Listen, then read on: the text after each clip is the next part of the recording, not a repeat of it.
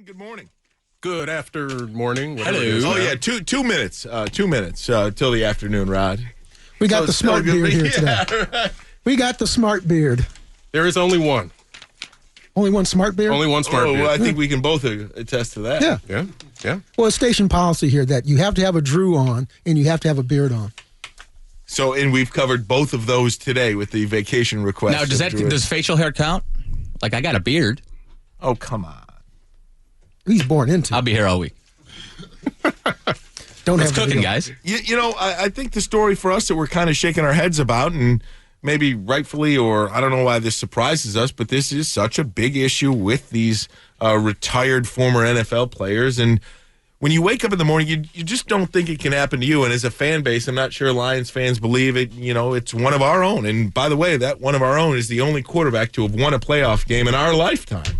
Well, and I think the interesting thing, too, is that it is a quarterback. That most of the time you see that this happens with linebackers or running backs or people who get constant contact on every other play. Quarterbacks, you would think, don't typically have that same level of contact. And it just tells you football is a really dangerous sport. It pays a lot. It's America's sport. They love it. But there's a lot of danger that goes along with this, and we'll dive into that during the show. Yeah, we're going to ask parents if they want their kids playing football. Like, this stuff, I heard Drew say right when we were walking in, this stuff is going to keep happening. We know it is. And I do think it's a little bit jarring. Like, you remember Troy Aikman and Steve Young and the effect that it had, but now we're talking about junior SEO level CTE, and we're talking about Dave Duerson type stuff. And those, defensive players, we've always talked about how going over the middle is like getting in a car wreck. So when safeties and when linebackers, when it happens to them, it's not as big of a jolt to the system, but this is a quarterback, and it sucks. I mentioned on our show, as Drew and I were talking about this, and, I have a daughter who probably will not play football, but if I did have a son, it is something I would have to consider.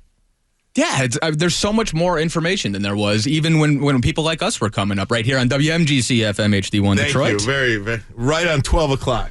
12 o'clock It's a big difference. There's so much more information. And the NFL, a lot of our listeners and probably a lot of the people in this room complain about the NFL legislating the contact out of the sport. But you can't have it both ways anymore. They have to keep the rule changes that they already have, and they have to help out retired players more so than they have. They were retroactive with that lawsuit. They paid $716 million or something like that, and they thought that the issue was over, and it's not, and they have to do better. It's going to continue. In the league, they're in a very sensitive area right now because I think they know that the sport contributes to it.